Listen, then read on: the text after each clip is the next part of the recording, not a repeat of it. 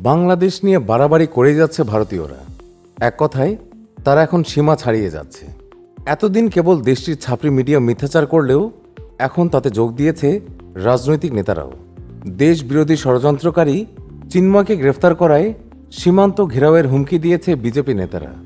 বিপরীতে যুদ্ধের ঘোষণা দিচ্ছে বাংলাদেশের জনগণ। এখন প্রশ্ন হলো, কি জবাব দিচ্ছে ডক্টর মোহাম্মদ ইউনূস সরকার? হাসিনার মতোই সব সয়ে যাচ্ছে নাকি কোনো প্রতিবাদ জানাচ্ছে? এই বিষয়ে আলোচনা করব ধূমকেতুর আজকের এই পর্বে। এই চ্যানেলে আপনি নতুন হলে আহ্বান থাকবে চ্যানেলটি সাবস্ক্রাইব করে বেল বাটনটি ক্লিক করে রাখুন। ছাত্র জনতার অভ্যুত্থানের শুরু থেকেই ভারতের মূলধারার সংবাদ মাধ্যমে একের পর এক বাংলাদেশ বিরোধী গুজব ছড়ানো হচ্ছে। 5ই আগস্ট সরকার পতনের পর তা ক্রমাগত বেড়েছে। সবচেয়ে অবাক করা বিষয়, গত মঙ্গলবার চট্টগ্রামে নিহত আইনজীবী সাইফুল ইসলাম আলিফকে চিন্ময় কৃষ্ণের আইনজীবী বলে দাবি করে খবর প্রচার করেছে ভারতীয়রা। যেখানে ওদের সনাতনীদের কাছে প্রাণ হারালো আমাদের ভাই, সেখানে ওরা পুরোপুরি খবরটিকে বদলে দিয়ে প্রচার করেছে যে আমরা ওদের লোককে মেরে ফেলেছি। ভারতীয় চ্যানেল রিপাবলিক টিভির খবরে গত মঙ্গলবার দাবি করা হয়, গ্রেফতার চিন্ময় কৃষ্ণ দাসের আইনজীবী সাইফুল ইসলাম আলিফ নিহত হয়েছেন পুলিশের হামলায়। 6 নভেম্বর ইন্ডিয়া টুডে টিভির খবরে বলা হয়, প্যারিসে পালিয়ে গেছেন প্রধান উপদেষ্টা ডক্টর মোহাম্মদ ইউনূস। একই দিন রিপাবলিক বাংলায় দাবি করা হয়, চট্টগ্রামে পুলিশ ও সেনাবাহিনীর হামলায় 3 হিন্দু নিহত হয়েছেন, আহত 80 জন। এখানেই শেষ নয়, অনেক বিজেপি নেতা চিন্ময়কে না ছাড়লে সীমান্ত ঘেরাওয়ের হুমকি দিয়েছেন। সবচেয়ে অবাক করা বিষয় হল, বাংলাদেশের ভেতরের বিষয় নিয়ে ভারতের পররাষ্ট্র মন্ত্রণালয় থেকে বিবৃতি পাঠানো হয়, যা বাড়াবাড়ি বলা যায়।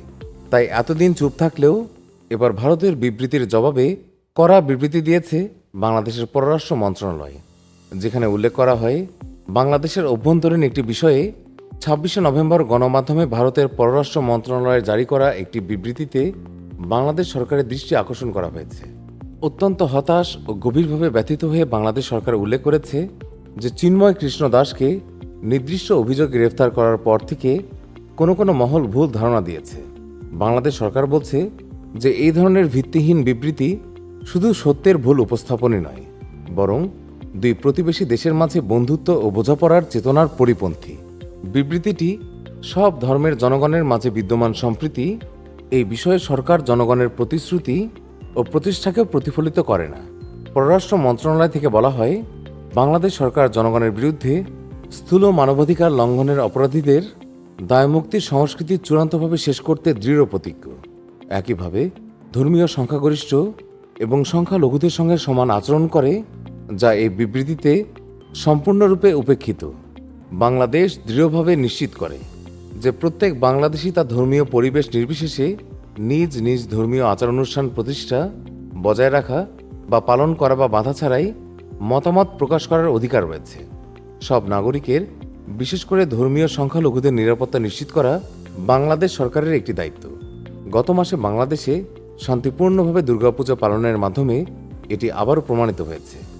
বাংলাদেশ সরকার আবারও বলতে চায় যে দেশের বিচার বিভাগ সম্পূর্ণ স্বাধীন।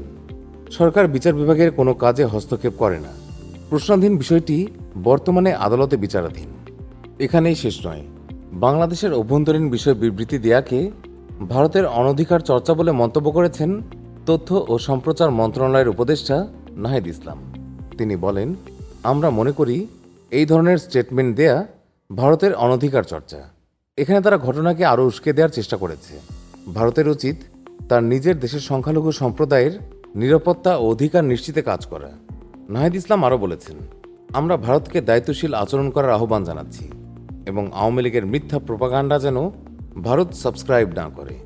নাহিদের সাথে তাল মিলিয়ে অন্যরাও বলেছেন, বাংলাদেশের অভ্যন্তরীণ বিষয়ে না গলাবার তুমি কে? ভারতে রাষ্ট্রীয়ভাবে মুসলমানদেরকে হত্যা করা হচ্ছে, ঘর বাড়ি মসজিদ ভেঙে দেওয়া হচ্ছে, সেগুলো বন্ধ করুন। বিশ্বের যে কোনো দেশের চেয়ে বাংলাদেশে হিন্দু সম্প্রদায় সহ অন্যান্য সংখ্যালঘু শান্তিতে আছে। মোট কথা, ভারতের এবারের মিথ্যাচার ও হুমকি ধামকিতে দেশবাসী একরকম অতিষ্ঠ হয়ে পড়েছে।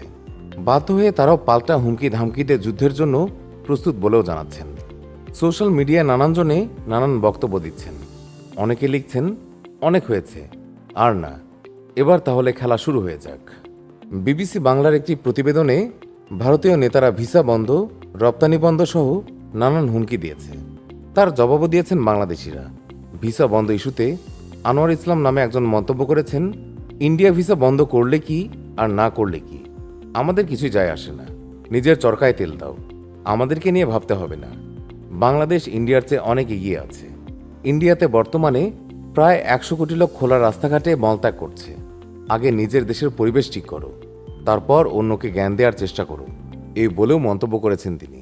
জয়নাল আবেদিন নামের একজনের ভাবনা, এইটা স্বাধীন বাংলাদেশ, দেশদ্রোহীর বিচার হবে, দাঙ্গাবাজদের শাস্তি হবে, তাতে দাদাদের কান্নাকাটি করে কোনো লাভ নেই। সার্জিস আলম জাতির পক্ষ থেকে বক্তব্য দিয়েছেন। তার বক্তব্য একেবারে জাতির মনের কথা। আমরা চিকিৎসা নিতে না গেলে ভাতে মরবে, কারণ বাংলাদেশিদের চিকিৎসায় ফুল টাকা পায় হাসপাতাল কর্তৃপক্ষ। ভারতীয় নাগরিকদের চিকিৎসা 50% নিজে বহন করে, বাকি 50% সরকার।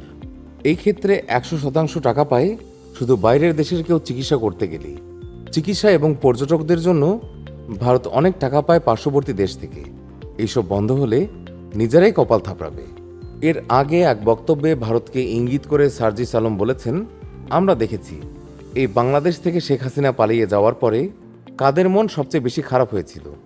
আমরা আমাদের জায়গা থেকে স্পষ্ট দেখেছি, যখন বাংলাদেশে অভ্যুত্থান পরবর্তী সময়ে একটি অস্থিতিশীল পরিবেশ হওয়ার কথা ছিল, তখন কিভাবে আমাদের এই মাদ্রাসার ভাইরা ওই মন্দিরে গিয়ে পাহারা দিয়েছে।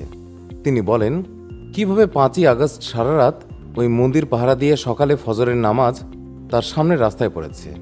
সেখানে এই সহানুভূতিকে কেউ যদি প্রশ্রয় হিসাবে দেখে, আমরা স্পষ্ট করে বলতে চাই, শুধু অন্তর্বর্তীকালীন সরকার নয়, বৈষম্য বিরোধী ছাত্র আন্দোলন নয়, নাগরিক কমিটি নয়, পুরো বাংলাদেশ একসঙ্গে এইসব উগ্রপন্থীকে প্রতিহত করবে। তিনি আরও বলেন, বাংলাদেশের মানুষ যেমন সব ধর্মের প্রতি সহানুভূতিশীল, একইভাবে সব উগ্রবাদের বিরুদ্ধে তাদের রক্ত গরম হয়ে সর্বোচ্চ অবস্থানে যেতে, তাদের বিরুদ্ধে দাঁড়াতে কিংবা তাদের প্রতিহত করতে বিন্দু মাত্র দ্বিধা করবে না। ঠিকানায় খালেদ মহিউদ্দিন নামের একটি ফেসবুক পেজ থেকে মন্তব্য করা হয়েছে, গোয়েন্দা সংস্থাগুলো ভালো করে তাদের তদন্ত করা উচিত। ভারতীয় আগ্রাসনের বিরুদ্ধে সবাই সচেতন হতে হবে। এই দেশে কোনো ভারতীয় এজেন্টের উদ্দেশ্য বাস্তবায়িত হতে দেয়া যাবে না। এই সকল ব্যক্তি যারা রাষ্ট্রদ্রোহী কার্যকলাপে জড়িত, তাদেরকে আইনের আওতায় এনে রাষ্ট্রের সর্বোচ্চ আইনের শাস্তি নিশ্চিত করতে হবে। সোহেল রানা নামের একজন বলেছেন, যখন ভারতে মুসলিমদের ওপর অত্যাচার করা হয়, নির্যাতন করা হয়, মসজিদ ভেঙে দেওয়া হয়, বসতবাড়ি ভেঙে দেওয়া হয়, বেশ কয়েকদিন আগেও এমন ঘটনা ঘটেছে, অনেকের বাড়িঘর বুলডোজার দিয়ে গুড়িয়ে দেওয়া হয়েছে, তখন তো বাংলাদেশ চুপ ছিল। বাংলাদেশের মুসলিমরা তখন তো তাদের অভ্যন্তরীণ বিষয় নিয়ে তেমন কোনো নাক গলায়নি।